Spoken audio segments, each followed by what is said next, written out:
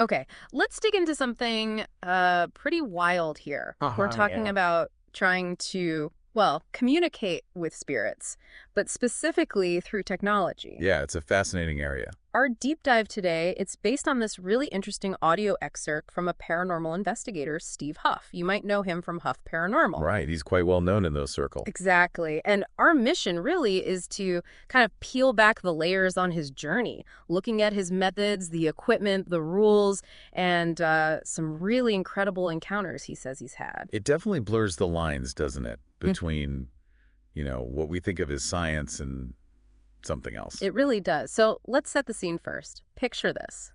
It's late at night.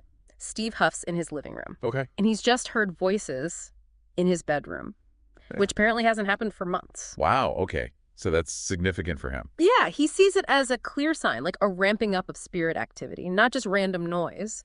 And it's important to remember this isn't like a one-off for him. He's been doing this publicly for, what, 6 years now? 6 years, yeah. And he's actually pretty open about the challenges, the risks involved. What kind of risks? Well, he talks about activity, sometimes dramatically increasing, getting messages he describes as scary, even past threats, apparently. Threats from spirits. That seems to be the implication in his work, yeah. And it feeds into his whole philosophy, which he states pretty clearly. Fear is your biggest enemy. So you have to be fearless to do this. That's his take. Hmm. He insists it's essential to stay sane while doing this kind of investigation. It suggests, your mental state is maybe as important as any gadget. That's quite a mindset to have when you're dealing with the unknown. So, okay, with that attitude, how does he actually try to make contact? What's the gear? Well, the centerpiece seems to be this device he calls the Wonderbox Gold. Wonderbox Gold. Okay. And he's apparently always refining it, trying to improve the clarity in the response Yeah. compared to older versions he's built. So what is it? What's inside this Wonderbox? It sounds like he's trying to combine a whole bunch of different energy theories. He talks about magnetic energy, orgone, crystal energy, electrical. Orgone energy. What's that? Ah, right. So orgone energy, for anyone who hasn't heard of it, it's a concept from Wilhelm Reich, a bit controversial. He proposed it as this sort of universal life force, like chi or prana. Reich believed you could accumulate it. Okay, got it. So magnetic, orgone, crystal, electrical, anything else? He even mentions copper, which he thinks might help transfer human energy into it, though interestingly, he advises users not to do that. Right, probably wise. So the theory is combine all these energies. Combine these energies with a source that's easy for spirits to manipulate and use, and his claim is you get a fantastic spirit communication device. Is that the only thing he uses, this Wonder Box? No, not exclusively. Yeah. He also mentions using things like a hack spirit box radio and an app called SCD2. A hacked spirit box. Okay, but break that down. How does a session usually go? Does he start with radio? Yeah, typically he seems to kick off with the spirit box radio, the one that sweeps through radio frequencies really fast. Right, generating that white noise base. Exactly. The idea being spirits can supposedly use that static to form words. But he says he often switches pretty quickly to the SCD2 app. Why the app? What's different about it? Well, his theory, and this is a key point he makes, is that apps work better for communication than radios because spirits manipulate audio to speak. So the app provides audio for them to manipulate. Precisely. The SCD2 app is designed specifically to give them that kind of raw audio material. And he believes pairing it with a device like his Wonderbox, what he calls a portal, really opens up communication. It provides the energy and the raw sound material. Okay. And what's it actually like during these sessions? You mentioned scary messages before. Yeah, it can get pretty intense based on his accounts. He's reported getting these really direct, kind of eerie confirmations. Things like voices saying, they're here, or it's dark in here. Wow, just voices. Not always. He also describes physical sensations, like feeling energy in the room or getting a sudden cold breeze on my back. He actually admits at one point that a particular session was, quote, freaking me out. Yeah, I mean, a cold breeze indoors when you're trying to talk to spirits. I can see why. Definitely unnerving. Which makes total sense why he'd have, like, safety rules, protocols. What does he do to protect himself? That's a really important part of his whole process. Yeah. It shows he perceives genuine risk. So before and during sessions, he makes these very explicit statements. Like what? He'll state out loud that he rejects evil, mean, demonic entities.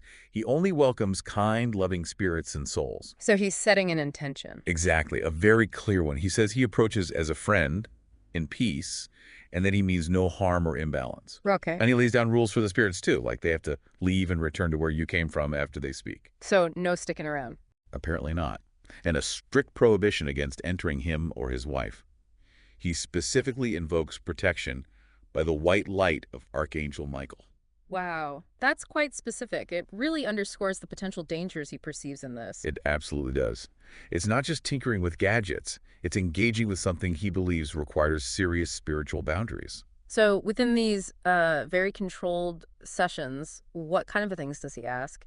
Mm. And has he figured out ways to make the communication clear? You mentioned he's always tweaking things. Yeah, he asks a mix of questions, Mhm. sometimes general, like, are you kind? Trying to figure out who or what he's talking to. Right. Other times, he tries to connect with specific figures. He mentioned, for instance, that he thought Thomas Edison came through the day before one session. Thomas Edison. Okay. And the tech side, any breakthroughs there? Yes, he talks about discovering a reverb mode on his equipment. Reverb, like an echo effect in music. Exactly like that. And he found that adding this reverb effect significantly increases the replies he gets. More replies. That sounds like a win. Well, yes and no. There's a catch. He notes that while the quantity of replies goes up, they become really hard to understand in real time. Ah, so it makes it harder to decipher live. Right, which means he really has to rely on analyzing the recordings afterwards. Playback becomes crucial. Interesting. So it's this constant process, isn't it? Experimenting, finding something that works better in one way, but maybe creates a new challenge in another. Absolutely. It highlights that ongoing experimentation. He's always trying to make it better, Mm. understand the quirks, even when it gets more difficult. And speaking of difficult to understand replies, Yeah. leads us to something pretty astonishing he reported. A voice claiming to be Robin Williams. Yes. That was definitely presented as a major event in the session he shared. A real highlight for him. How did that unfold? Did the voice just announce itself? He describes hearing this voice repeatedly, and he directly questions it, asking things like, is Robin Williams your best friend? And then directly, are you happy, Robin? And the voice responded. Apparently so. And Huff's conviction about it is really strong. He stays quite firmly, that's his voice. Wow. To hear such a recognizable voice, I can see how impactful that would be for him. Immensely significant, yeah. For him, it wasn't just some random voice. It was that specific famous voice. It clearly lent a sense of, well, perceived authenticity to the whole experience for him personally. That is quite something, and it really shows his dedication, doesn't it? This isn't just a hobby he picks up now and then. Oh, absolutely not. Oh. It sounds like a relentless pursuit for him. He talks about this routine of constantly doing sessions, fiddling with the devices, trying to improve his methods. And he does this alongside a regular job and family. Yeah, balancing it all. Yeah. Which speaks volumes about his commitment. You see this kind of drive in many people exploring unconventional fields. It's often fueled by this deep personal motivation. Does he ever get, jaded after 6 years? He says not. Yeah. He actually reports that even now his jaw still drops to the floor with some of these replies.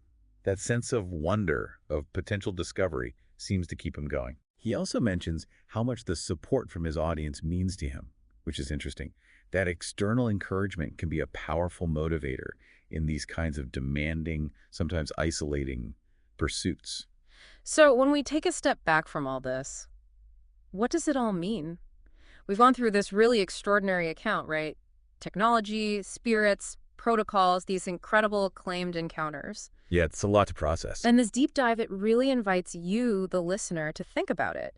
Not just whether you believe the claims themselves, but maybe about that deeper human drive, that curiosity about what might be out there beyond what we know. That's a great point. This constant human effort trying to bridge the known and the unknown, whether it's through technology like this or other means throughout history. Exactly. What might that tell us about consciousness itself, our whole picture of reality, maybe even the boundaries of what's actually possible? It definitely pushes those questions to the forefront. It really does. It's certainly a thought that might just stick with you. Makes you wonder about conversations possibly happening in the dark, long after the lights are out.